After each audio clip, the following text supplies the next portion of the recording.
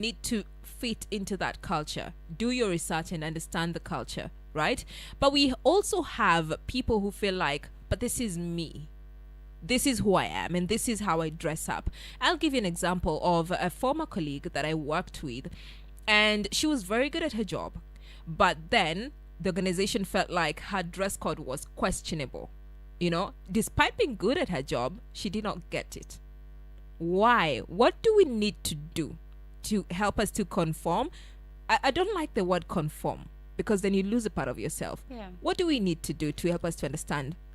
Miriam, we need to appreciate that there are very many versions of how we identify ourselves. Yes. Yeah, so it's very important that we assess the various versions of ourselves and learn how to manage how much we share and how much we're able to tone down. Okay. So for instance, in the case example of your former colleague, right, if her certain dress code did not fit into the organization Yes. particular dress code, because most companies would have a dress code policy, right, she should have found a balance in which she could tone down how she carried and represented herself through her dressing, so that it would work first in favor of herself and her mental appreciation and value of who she is. Yes. And then also fit in and gel in with the environment that she's going to be working in. So we have to learn that sometimes we need to do compromise on things that we can, right? And one of the things that we can compromise on is our dress code. Okay. Right? We can find ways in which we are able to still express ourselves, right? But still make sure that we carry ourselves with decorum, with some, sense of decency. Yes. As well. And also we need to be smart in everything that we do.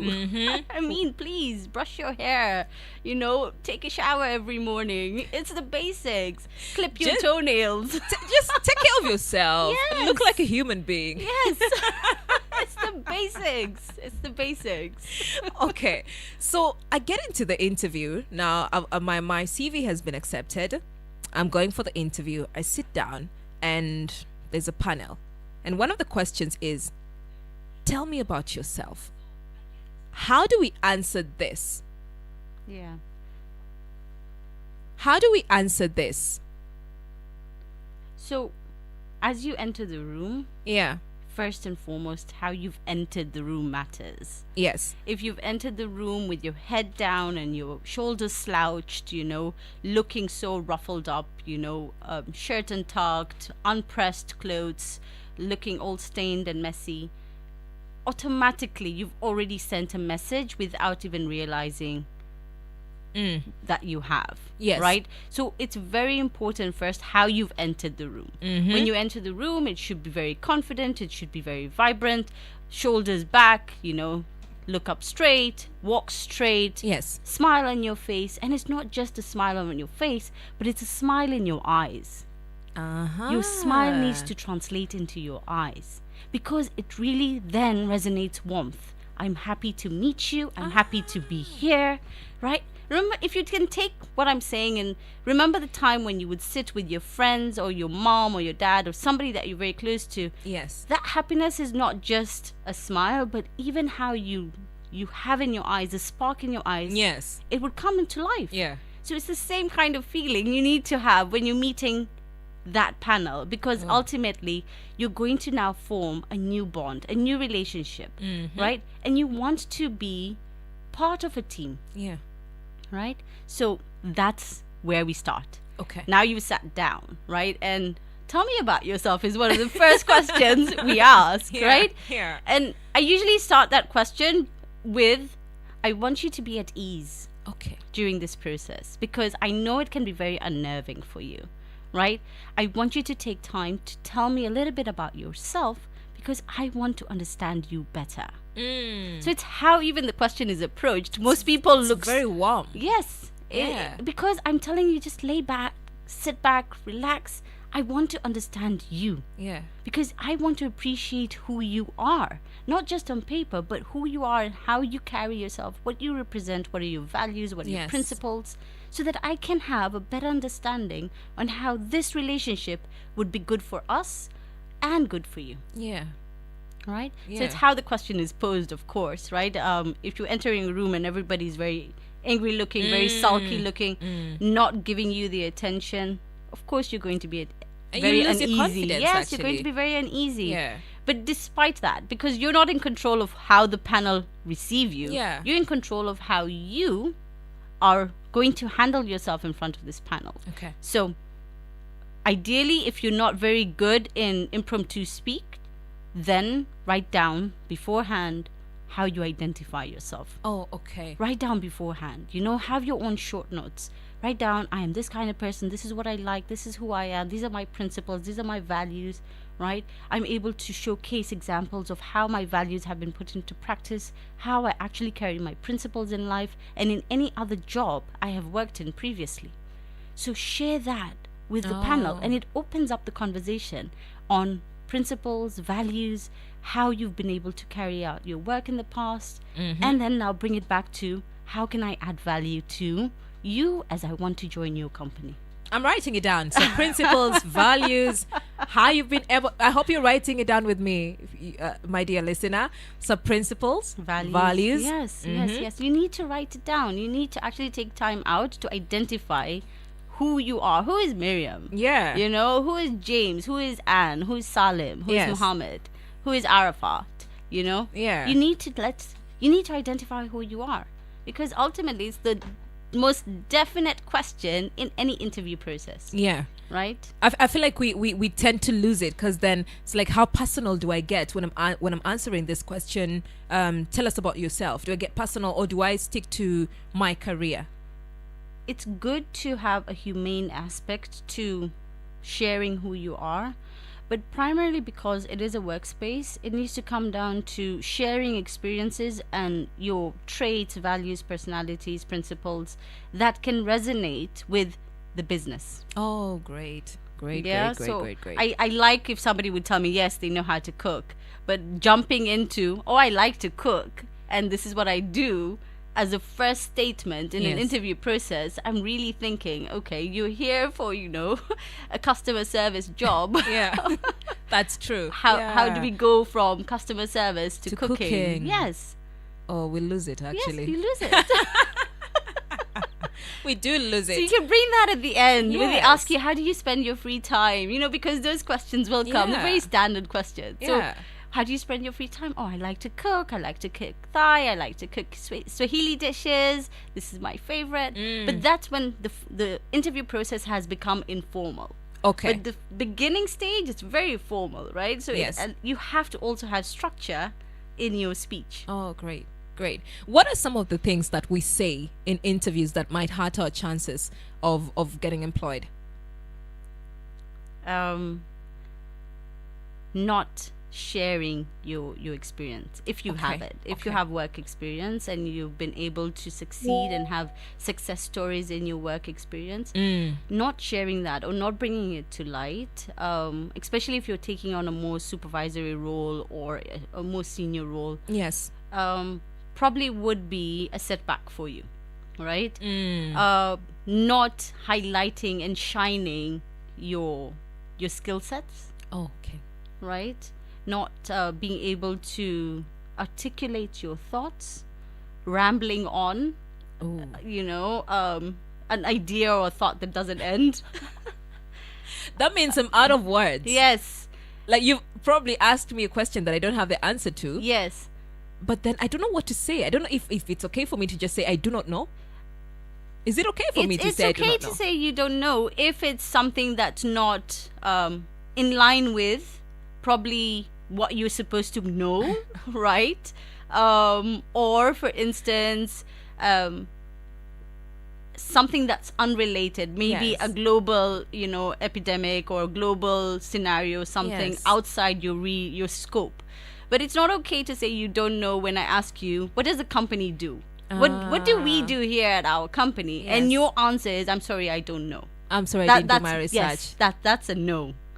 That's a no-no. So you have to do your research about the organization. Yes. Get that information.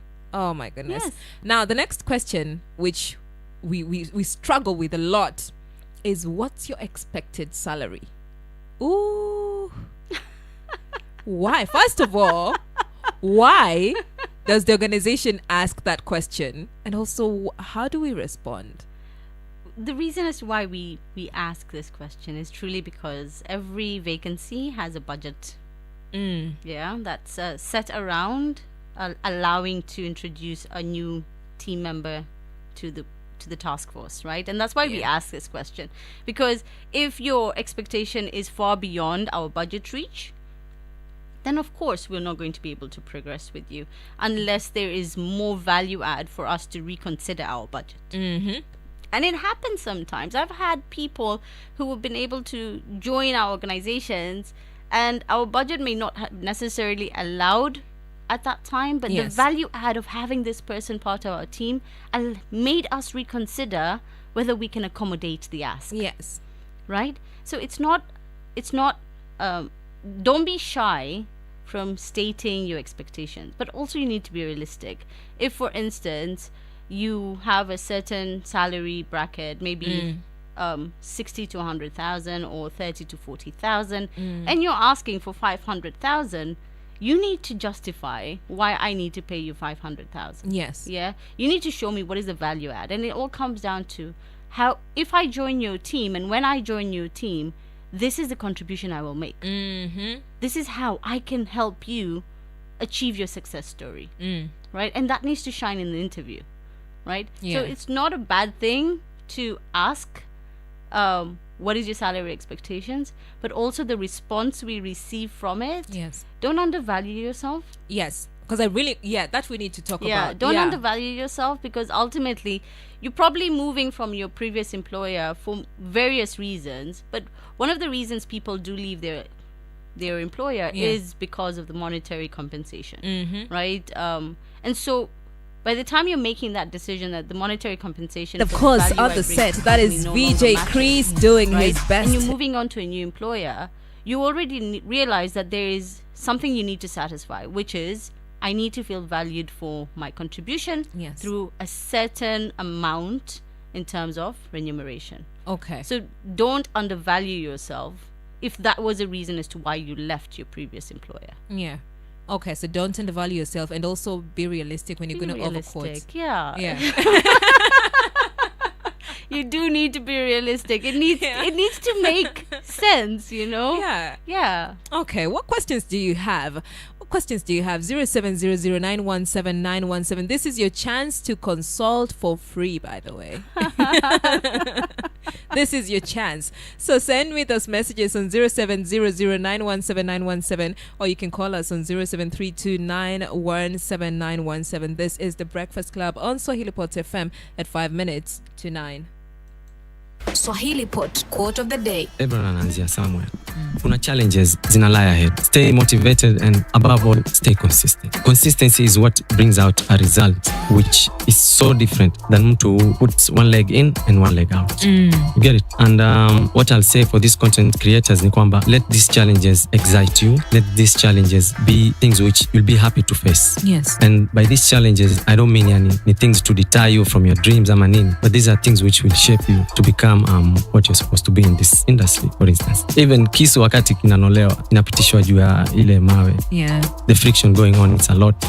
So it's just like a similar approach with content. At first ni ngumu, but the more you go into it, the more you'll understand your style kwanza. And that's something which really sets content creators apart. Asubuhi yako ya kipekee na burudani bora. Karibu kwenye SwahiliPot FM Breakfast Show. Catch us every day from 6 a.m. to 10 a.m. on the SwahiliPot Breakfast Club. SwahiliPot 91.7 FM Mombasa.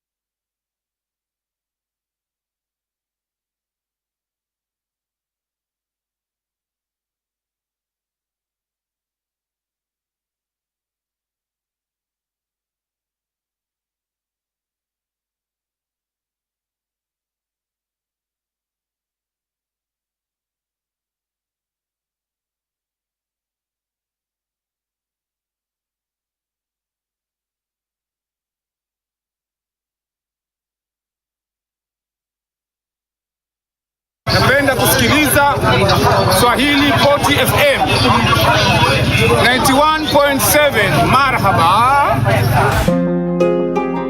Genie XW.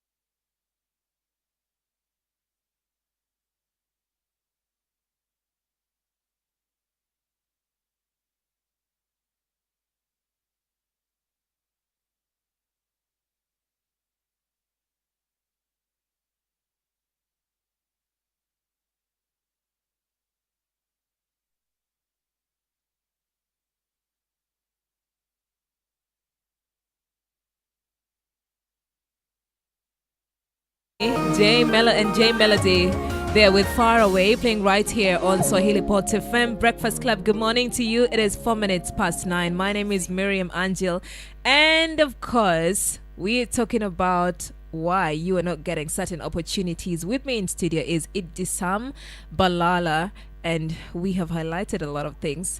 I love this. We could talk forever. Most definitely. Our question on social media was, why did you leave your previous employer? And you say, you've not given me your name. I left my previous employer because they were condescending, though the pay was so good. Yeah. And another person says, alikuwa ananikatia bana, nani middle-aged woman. Do you get that? Yeah. Okay. And then Deborah says, I left my previous employer because of underpayments and delay in paying. She was a police officer under the traffic sector at Central Police. Sikuogopa, nilienda nikamdai huku Central. Girl, you don't like your life. It's Dida. Good morning. Dida is saying the reason as to why I left my previous job is because the boss and the environment was toxic. Kisha, he used to lie to us a lot. Another person says, I left my previous employer because of the toxic work environment. Yeah. A lot of people are saying they leave the previous jobs because of a toxic work environment. Yeah. Why? What? Because I know I would leave a job as well because of a toxic work environment. Yes. Why doesn't the company understand that? I appreciate the comments from the listeners, and it's good to actually receive such feedback. A lot of them have given feedback about toxic work environments, and sometimes we also need to appreciate that as we are stating this out to the world, and saying that I left my workspace because of a toxic work environment. Before we say that word, have we self-reflected?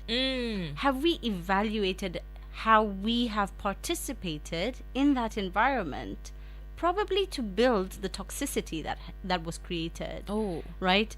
And it's an honest conversation you need to have with yourself. For instance, I'm supposed to have reports submitted every day by 10 o'clock, and I'm submitting my reports at 12 o'clock every day, right? And I've been asked 1,000 times to be prompt in my report submissions. Yes. My supervisor has had a one-on-one with me. The HR probably has had a one-on-one with me, and I still don't submit on time. And then all of a sudden, you find your supervisor is now probably cold in their interaction with you. Yes. They're no longer interacting the way they used to, right? Because in their mind, they no longer feel like you're part of the team. And now you feel like you've been left out. Yes. And you're here claiming, oh, that's a toxic work environment. Because, I mean, you didn't do what you were supposed to do. Yeah?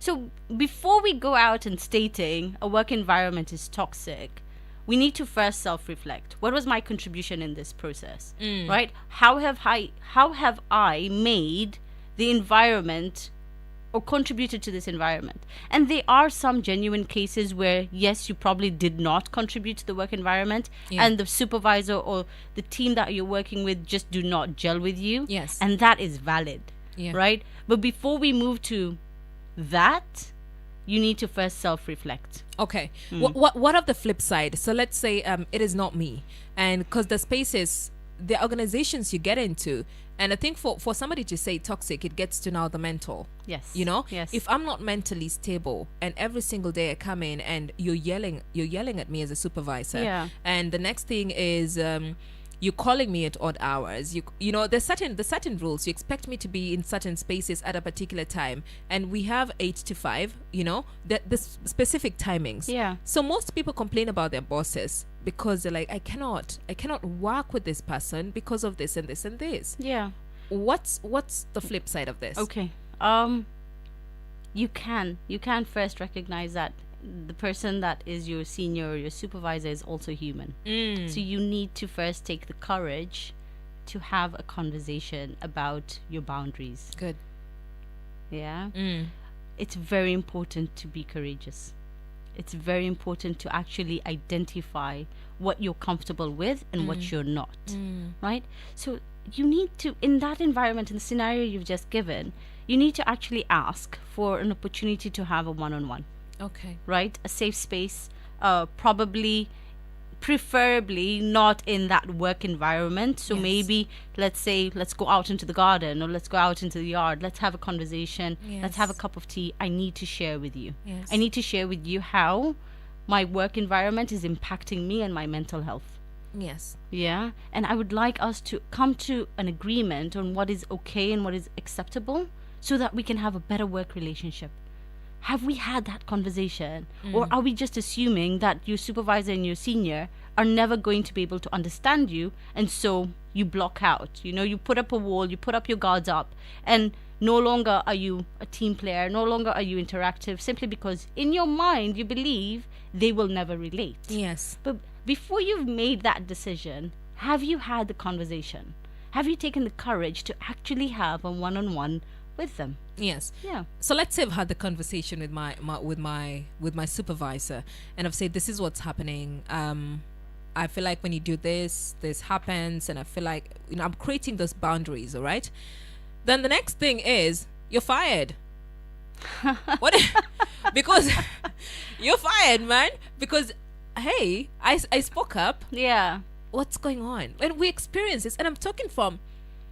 People experience this. Yeah. People go through this, where organizations get you to a space where if you really speak up and you say it one time, you go back and say, hey, why is this happening? Yeah. You call it out. Yeah. And then you go back at that time. Yeah. And Voila. Yeah. You're gone. So when we fear being fired because of speaking up, really we are muffling our voice. Yes. Yeah. You would probably get fired if you fail to meet your responsibilities and your obligations, right? You probably get fired if you had an insubordination activity or such a sort in the workspace, right? You probably get fired if you stole from the business. Yeah, but you will not get fired for speaking up. You will be let off if you are abusive, Yes. right? Or you refuse to take a command that was your legal obligation to do so. Yes. Right? So you have to identify what you are asking in terms of boundaries, right? Like back to my example, if you say, I'm sorry, I'm not going to be able to present my report at 10 o'clock because I just don't want to, right? Or, I'm sorry, I'm not able to present my report at 10 o'clock because I have 3 other reports Yes. that are due at the same time that I would like then a consideration to either submit at 10:30 or 11, but for me, it does work for me to be able to submit at 12 o'clock. Yeah. Alternatively, can we have somebody else support me on my other roles if I must be the only person doing this particular report for 10 o'clock, right? So you have to identify.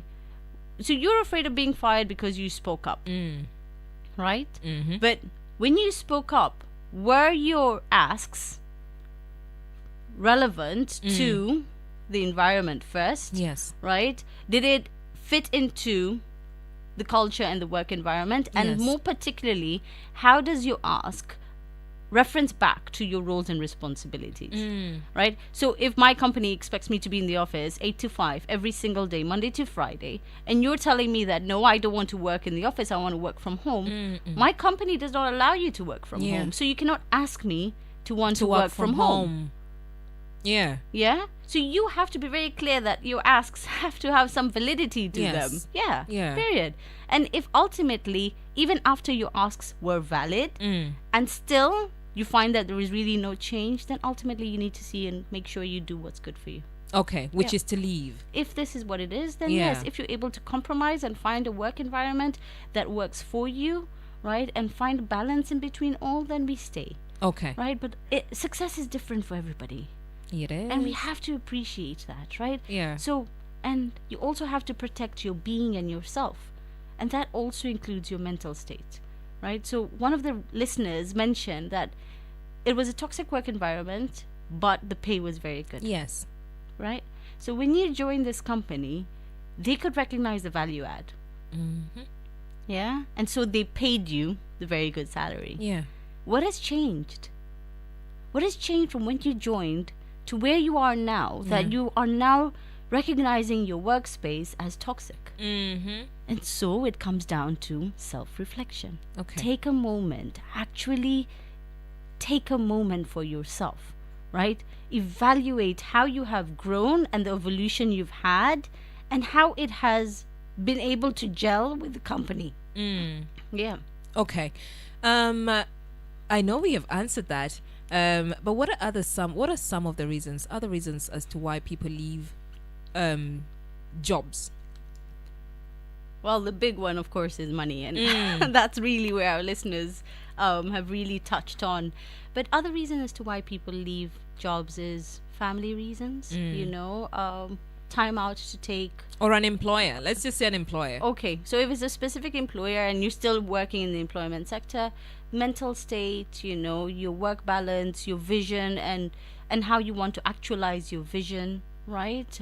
If you feel that there is no more growth for you in that business and you've had a conversation about the desire to grow and Yes. still don't find that they're giving you the room to do so, then it's valid. Okay. Yeah. All right. If it's this has been so good. I need to let VJ Chris take over the playlist now. But before we do that, we have a segment. We call it Quote of the Day. Okay. Where you say something educative, inspiring, just to motivate Yeah. the listener. Yeah. What would you tell a young person who's listening in right now? I think I'll stick back to my mantra. My mantra is be good, be smart, be sharp. Be good, be smart, be sharp. It is SwahiliPot FM Breakfast Club. My name is Miriam Angill, and we have been talking about Martha's job with Ibtisam Balala, HR manager at AGL Logistics. I know she will be back. Keep your questions coming. We will tell you when she'll be back. Right now, VJ Chris uko tayari? Yes, he is ready. 91. Somebody take me back to the innocence. I'm tired of this. These streets of Nairobi, streets of Nairobi.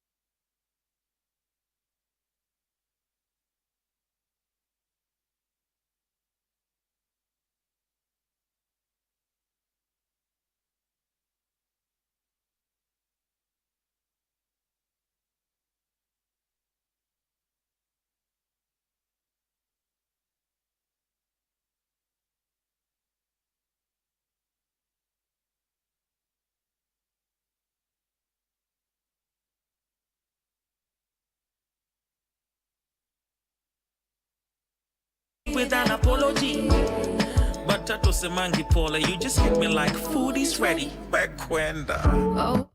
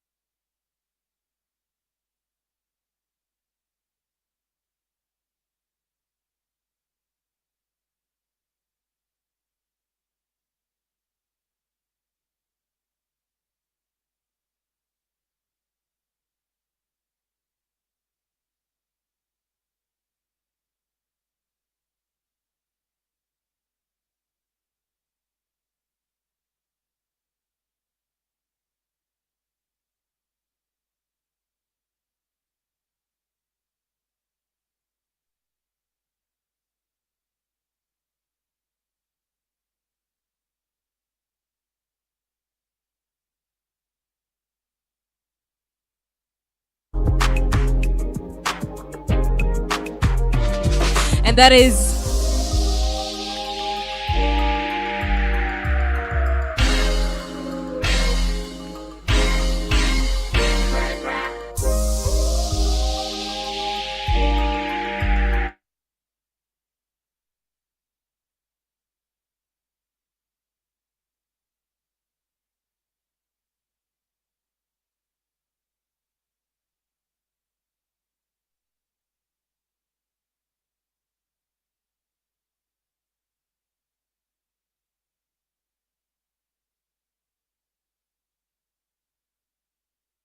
There we are.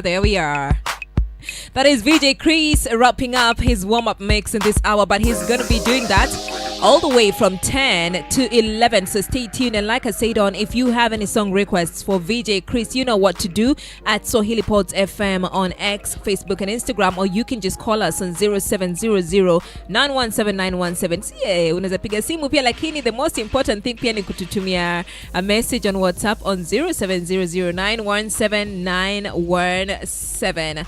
Send in your requests, let VJ Chris play it. Thank you very much, VJ Chris. Awesome mix, awesome set. I'm loving it. Right now I'm here with Hilary Mutuma. He is a project manager, case management. He's a case management project manager at SwahiliPot Hub. Good morning, Hilary. Good morning to you too, Angie. How are you? I'm good. Karibu. Asante sana. Nataka uchangamke kidogo. Ningeanza na song request yako kwanza, si ndio? Ningeanza na song request yako. I'll do that. Interesting. I'll do that. Welcome to the station. Thank you. It feels home. It feels, yeah. It feels home. It feels home. Finally. Feels like home, kabisa. Oh, I'm happy you're having that feeling. Yeah, that's good. Yeah. Yeah. So, Hilary, who is Hilary and what is Case Management Project? Hilary is a young person. I'd say I'm in between the Gen Z and the millennials because I'm the late millennials. But as my profession, welcome to the club, huh? I see. But at the moment, I'm a project manager. I am project management profession. I have spent, I think, the last 10 years working with different projects in different sectors, and primarily working with young people. And I've gained some quite interest with the young people because I kind of feel what you want to change the generations of tomorrow. Yes. You see what you're going through and you want to help the other person. Yes. So growing up also, I've had a lot of people looking up to me and looking up to other people I've learned from. So I the moment I found myself in Mombasa working for the mentorship project, kind of feels like it's giving back to the community. Good. And using specific skills to to nurture someone or help someone out. So I feel like that is it's basically like a calling or something. Oh wow. But yeah. Okay. It is like that. But yesterday, I was at SwahiliPot Hub, and there was a case management project. Sure. As a mentorship program going on. Can we talk about that? Because I saw a lot of young youths who were being mentored, and they were there with their mentees as well. What was that about yesterday? The yesterday's forum was actually an event, bringing together the young people in the community, and particularly we call them NEET. Young people who are not in education, not in any form of employment, not in training, that have undergone through the mentorship program that is in Harvard at SwahiliPot. And we wanted to give them a chance and an opportunity for them to interact with employers and potential employers, HRs, and they get to have a feeling of how it feels to talk to a HR. Yes. Most of the times you'll find even expressing themselves in their CVs are grabbing those opportunities, knowing where the opportunity is. Yes. It's quite a problem. So basically yesterday was number one, to make sure that we increase awareness on the opportunities that are there for the young people that they can tap in. Secondly is to have a meaningful engagement with the employers and talk about everything they want to talk about in terms of personal grooming, when I'm at work, when I'm not there, what should I do? So it was more of a collaboration. Then lastly was to equip them with the aspiring entrepreneurs. How do they start their businesses? Oh yeah. So this is a platform whereby it's a one of a kind event for them, and I feel like we achieved the objective because of the feedback that we're actually receiving. Yes. And I feel like it's a good start. How does one join? Because you've talked about unskilled. They don't have the peppers. They've not gone to school. But they're skilled, right? Not necessarily. Not necessarily. Not necessarily. Okay. This is a young person who's on the grassroots of the community. Yes. You might have dropped from high school. Yes. You might have dropped from primary school due to different circumstances. You might have gone through the education, got to campus, graduated, but still you're unemployed due to various circumstances. Unemployment is a huge problem in Kenya. Yes. But just to take a little bit on why we get them into mentorship, on why we consider them, is the mentorship program per se is a program that is championed by SwahiliPot itself. Yes. And for a very long time we have been doing mentorship in a most unstructured way. Yes. And there's no way we could have documented or said this is our impact on these are the people that we have championed. If you look at the young people that we work with in photography, in communications, in programs, most of them are volunteers in SwahiliPot. So there was a thought, or there was an idea that was conceptualized, and we thought it's best to have these impact stories documented and show our impact. And that's how the mentorship program was birthed. And due to various partners, because the SwahiliPot, we are known for collaboration and partnerships. So how many do we get? Because I know there are cohorts. Yes. So the group that we had yesterday, when did they come in, and when are you having the next group? It actually came in, we started in April this year. Okay. February actually, fully, but we started last year. So all through, and now we just finished the cohort 1. Okay. So we're about to go to cohort 2 in September. We are currently onboarding the new mentees and case managers as well. We just completed the interviews. So it's a good opportunity for a young person also to participate into the program and be taken through the self-discovery curriculum that is there, that is helping them to have that self-reflection, accept themselves, and now come into the the elephant in the room. Okay. How to access now opportunities. So we teach you on how to navigate through these systems in the workforce. All right. Yeah. So the team. So this year the team was onboarded in February, and they have been. So when they come on board, so I'm applying. First of all, let's just get through the process of applying. So I want to join, and I want to be mentored. Okay. So meaning I'm a mentee, right?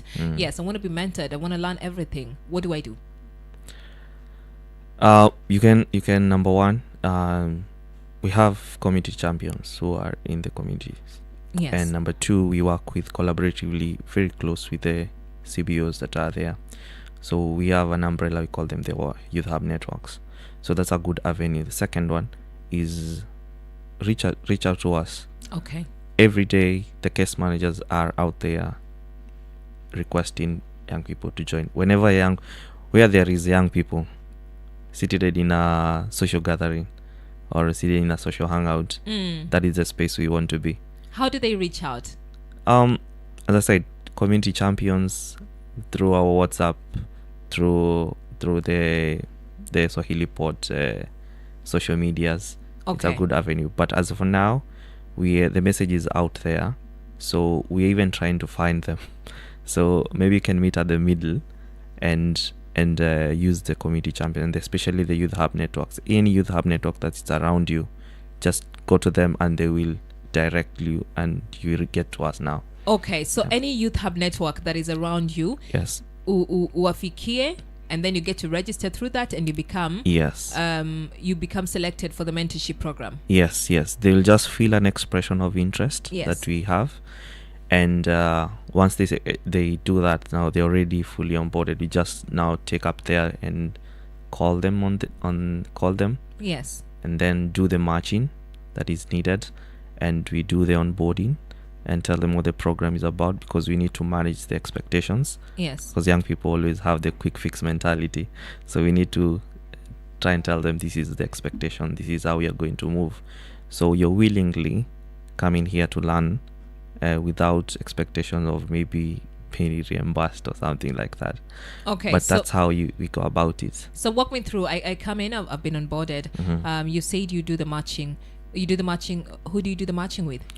With the case managers or the community mentors who have already been selected by the team at SwahiliPot, that's the case management team. So we also do a training for them.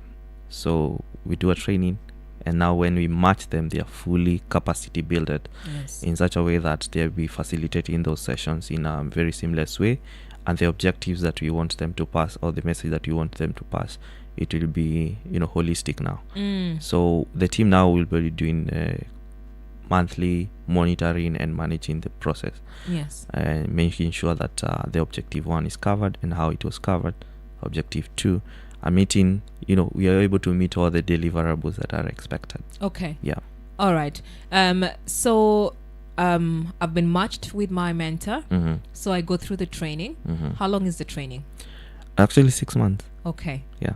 Then after 6 months, what happens? After 6 months, we now start availing.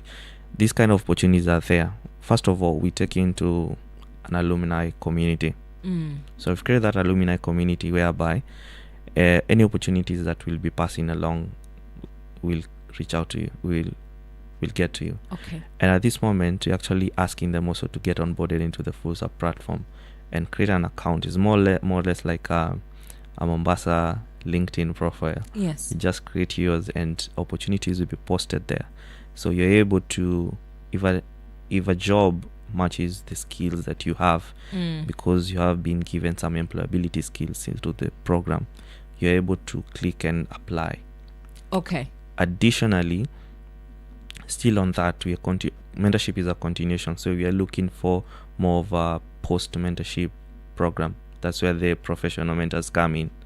So we are looking at a position where we be Angill, we get you like 2 or 5 people interested in journalism. Yes. And you hold them hand through their journey. Yeah. So they will be liaising with you maybe to get more guidance in the professional setup. This have moved from now personal to now being professional now. Yes. So I want to be a journalist. What do I need? Yes. What is the opportunity out there for me? Yes. How do I get those opportunities? And how do I sustain that opportunity that I have got in journalism, for example? Yeah.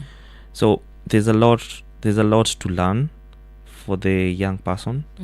So we more or less call for resilience and patience, because it's not an overnight result per se. Not. Yeah. But that is how we look at it once you've gone through the mentorship program afterwards. So that community space will now be harbored into the FUSA platform, and engagements should be ongoing. Yes. So if you find an opportunity, you just share, and they all get into the pool now of workforce. Okay. Yeah. I'm talking to Hillary, and Hillary is a case management project manager. Hillary Mutuma, he's a case management project manager at SwahiliPot Hub, and we're talking about mentorship and also how you can be part of this team. If you have any questions, 0700917917 or our social media handle at SwahiliPot FM on Facebook, X and Instagram. We'll be back in a bit. SwahiliPot 91.7 FM Mombasa.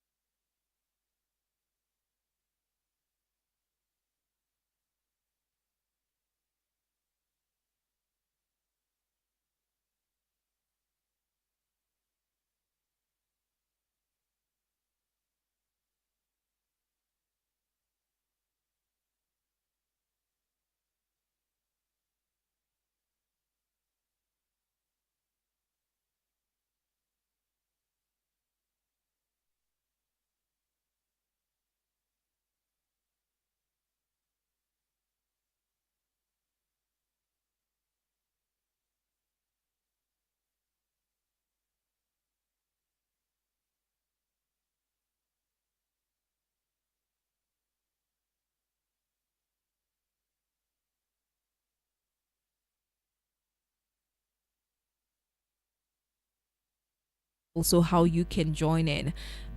We said, or rather, you said that there are youth hubs in different areas within Mombasa County, right? So, what? How else? Because not everybody can come to the hub. Exactly. Yes. And that's why we highly rely on with the youth hub networks. These are community based organizations. Yes. That are there, and we have an understanding with them, and because this is what, as I said before, we are known for collaboration and partnerships. Yes. So we got with an MOU of understanding with them, and they agreed to anchor the program into their own spaces. We even have got some of them. Each youth hub networks has given us at least one person as a case manager, Okay. as a community mentor, because they do this every day. Yes. It's not a new thing. And if they do this, I just said, it's only that before it was not structured. Now we are able to show results. We are able to show 250 people, young people, are being referred to opportunities. Yes. 100 people are into the employment sector, and so it's very seamless, I'd say. So it's more or less complementing what has been happening. Yes. Rather than just doing all over again and reinventing the wheel. Okay. Yeah. And you know what? This is fascinating because I was there yesterday. Yeah. I saw a lot of youths, and I also saw a lot of mentors in different organizations. And as a young person, I would have loved. You see, the conversation we've had today with the HR manager is very important. And these programs, the case management project, it teaches you as a young person to know how to navigate the employment world, to know how to go about it. You don't have to have the papers. You know, what do you do if you don't have the papers, but you want to do something with your life? What do you do? Go to our social media pages, go to SwahiliPot Hub, find a way to get to the youth, the mentorship project. Yeah. How to get involved. Yes. Yeah. Find a way to get involved. Yeah. Because it stands to benefit you. Yeah, you as a young person. That's the point. Yeah. Let's talk about Fursa. You mentioned it. What is Fursa and what benefits does it have? Fursa is a Swahili word for opportunity. And Fursa, what it does, it is a one-stop shop. So in a nutshell, I'd say it's a one-stop shop. Yeah. And what it does, it allows the young person and the employers to meet and engage. Okay. So you have employers who in Mombasa, for example, they always call out for jobs, call out for tradings, call out for workshops.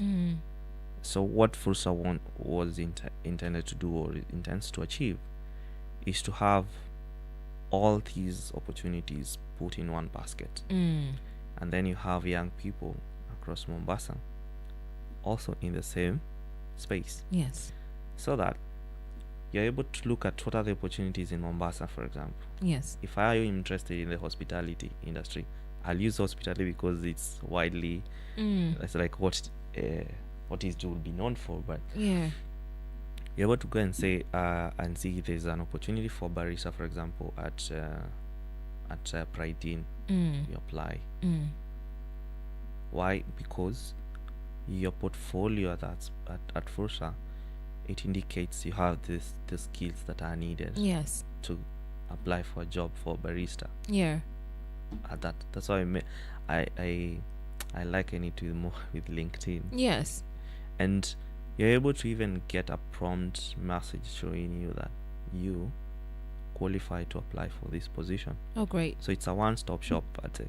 Yeah. Yeah. So I get to meet employers. Yeah. And then also, if I'm an employer, I get to meet potential employees. Exactly. Yeah. And if you look at yesterday's engagement, yeah, I personally enjoyed it. It's I'll tap myself on the back and say, good job. This was well done. Yeah. And every person felt the impact that it had, because I saw young people go into various HRs. For example, Ipsam, she had a lineup of young people. Yes. Asking her, can you review my CV? Can you tell me what needs to happen? Yeah. You had companies also had opportunities at the same time. Yes. By the time we are closing the event. Yes.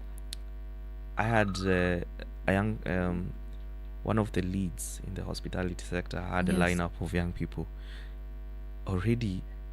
There's some 10 to 20 opportunities that are there for you to grab. Yeah. All you need is to show up. All you need is to show up. All you need is to show up. And being told, you need courage. Courage is everything. Your CV cannot hold you back. Yeah. It will get you to the door. Yeah.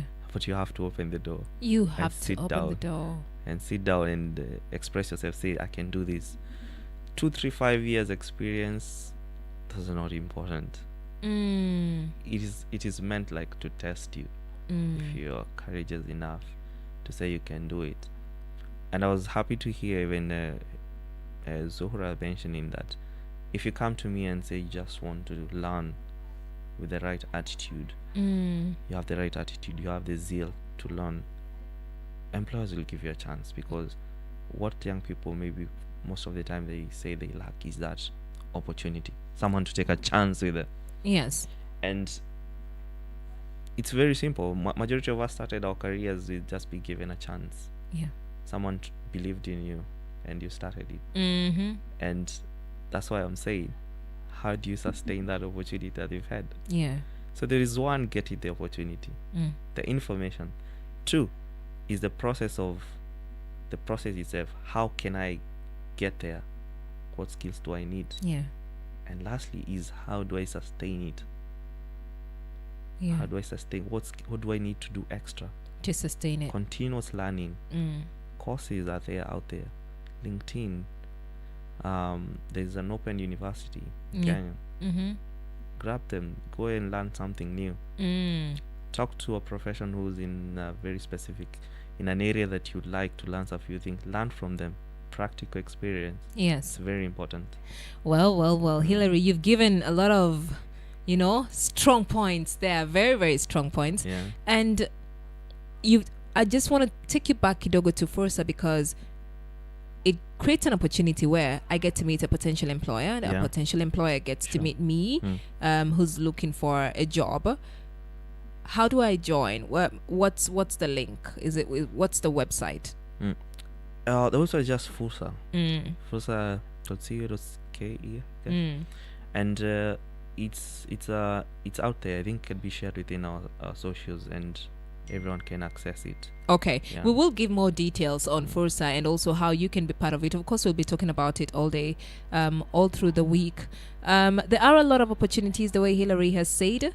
A lot. You just need to find them. But I need to tell you, Tell me. the young people actually saying we need to be given the opportunity. But also they need also to be proactive out there. They need to research, find information. Yeah. Yeah. So get out there. They need a lot of partnerships as well. Yeah. To collaborate the efforts that are being done, because young people are hungry for these opportunities, and they have already been taken through. They've already discovered themselves. Yes. So all they need is be given a chance. Okay. Yeah. And SwahiliPot Hub is giving you a chance. SwahiliPot Exactly. Hub is giving you a chance. So go to our social media pages, try see what's happening, what activities are going on, what projects are we running. Get to be part of the team and part of the community. It is a Good Friday, and this is time for me to say bye-bye. Thank you for joining me through the week, Monday through to Friday. I will see you next week. Have a good morning. At SwahiliPot, your happiness is important to us. If you have a comment, complaint, or objection about our programming, or you want to tell us how much you are enjoying our great music, would like to hear from you. Your feedback is important to us. If you have any concerns about our content, please contact us at 0700 917 917 or 0732 917 917. You can also email us at info@swahilipotfm.co.ke. We are committed to addressing all complaints promptly and constructively. We are there to all legal guidelines set by the Communications Authority of Kenya. Our team follows a strict code of conduct to ensure integrity, professionalism, and ethical behavior in all our operations. Thank you for listening to SwahiliPot FM. We appreciate your trust and are committed to providing you with the highest quality of broadcasting. Stay tuned for more great content, and don't hesitate to reach out with your feedback and suggestions. SwahiliPot FM 91.7.